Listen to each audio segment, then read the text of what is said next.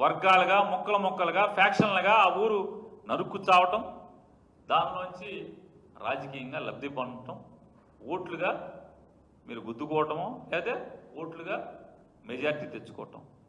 ఇదే కదా ముసుగులు వేసుకుని చేసేటువంటి ఇవాళ నీతి కబుర్లు, పత్తిత్తు ట్వీట్లు చేస్తూ మన చరిత్ర ఇదే కదా. బండి వెంకటేశ్వర లాంటి పెద్దోళ్ళు ఎంతోమంది సజీవ సాక్ష్యాలుగా కథలుగా చెప్పేవాళ్ళు మన నియోజకవర్గాల్లో లేరా అని అడుగుతున్నాను. ఉన్నారు కదా. ఇవాళ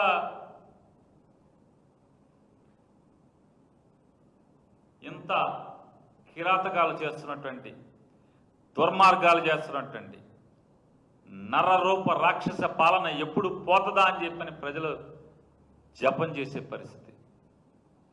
ఇవాళ ఈ రకమైనటువంటి తప్పుడు పరిపాలన ఇవాళ ఆయన చెప్తాడు అది జరిగింది ఇది జరిగిందని. ఒక్కసారి ఈ కిరాతకాన్ని ఒకసారి చూడండి. ఎంత పైశాచికంగా, ఎంత కిరాతకంగా మనుషుల ముసుగులో ఉన్నటువంటి రాక్షస ప్రవృత్తి కలిగినటువంటి ఈ సైకోగాళ్ళు ఎంత కిరాతకంగా ఉన్నారో ఒకసారి చూడండి. అవుతుందా? ఇది తప్పు లేదా? ఇది చాలా మంచి పనా? సుపరిపాలన ఇది? ఇదేనా సుపరిపాలన అని అడుగుతున్నాను. తోలడుగు ఇది. సిగ్గుపడరా? ఇటువంటి దాన్ని, ఇటువంటి కిరాతకాలని, హత్యల్ని, హత్యాయత్నాల్ని, మనుషుల్ని క్రూరాతి క్రూరంగా మట్టు పెట్టేటువంటి చర్యల్ని మీరు కొనసాగిస్తూ పోలీసులు ఏమైపోయారు? ఎయిర్పోర్టులోకి వెళ్ళి పట్టుకొచ్చేస్తూ ఉంటారు. ఈ పోలీసులు అంటే వాళ్ళు అన్నటువంటి చాలామంది పోలీసులు అమ్మాయిలు కనపడలేదని తల్లిదండ్రులు వచ్చి మొత్తుకుంటే పట్టుకోరు. మా అమ్మాయిని వేధిస్తున్నాడు, ఆయన్ని కట్టడి చేయమంటే కట్టడి చేయరు.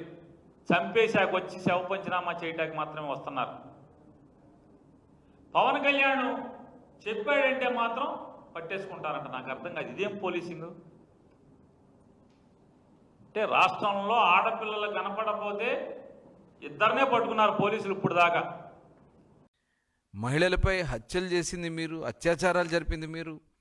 సాక్షాత్తు పులివెందుల్లో ఒక మహిళ పైన అత్యాచారం చేసి హత్య చేస్తే పరామర్శకు వెళ్ళినటువంటి ఆనాడు ఒక దళితురాలైనటువంటి మరి ఈనాటి మంత్రి అనిత గారి మీద ఎస్సీ ఎస్టీ కేసు పెట్టింది వాస్తవం కాదా అనే విషయాన్ని ఈ సందర్భంగా మీకు తెలియజేస్తా ఉన్నా. అట్లాగే ఆ రోజున తెలుగుదేశం పార్టీ కార్యాలయం మీద దాడులు చేయించారు. ఆ దాడి చేసినటువంటి వాళ్ళకి ప్రమోషన్లు ఇప్పిస్తారు. చంద్రబాబు నాయుడు గారి మీద ఆనాడు దాడి చేసినటువంటి జోగి రమేష్ గారికి మంత్రి పదవి ఇస్తాడు జగన్మోహన్ రెడ్డి గారు. అంటే ఒక కక్షాపూరితమైనటువంటి రాజకీయాలకి care of address Jaganmohan Reddy.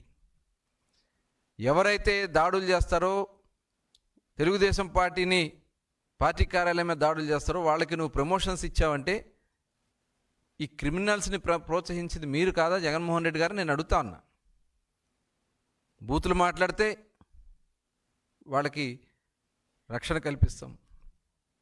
ఇంకా పైగా భావ ప్రకటన చేసే స్వేచ్ఛ మీరు మాట్లాడినటువంటి సందర్భాలు, మీరు ఆ రోజున చేసినటువంటి అనేక కార్యక్రమాలు, పత్రికల మీద కూడా ఓ జీవో తెచ్చి గొంతు నొక్కే ప్రయత్నం చేసింది వాస్తవం కాదా?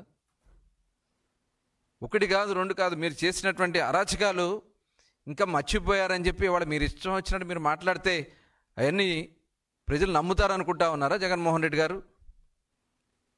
మీ పేటీఎం బ్యాచెస్ ఇవాళ నటనలో నిజంగా సిగ్గేస్తుంది. వాళ్ళ నటన చూస్తామంటే చిచి, వీళ్ళ బియ్యం కొట్టేసినోడు మాట్లాడే, దొంగ పాటలు కొట్టినోడు మాట్లాడే.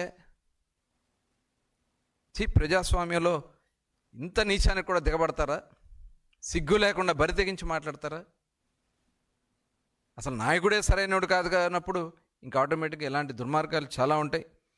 ఆనాడు రఘురామకృష్ణరాజు గారి మీద కస్టోడియల్ టార్చర్ చేసి ఆ రోజున పైశాచిక ఆనందం పొందింది ఈ జగన్మోహన్ రెడ్డి.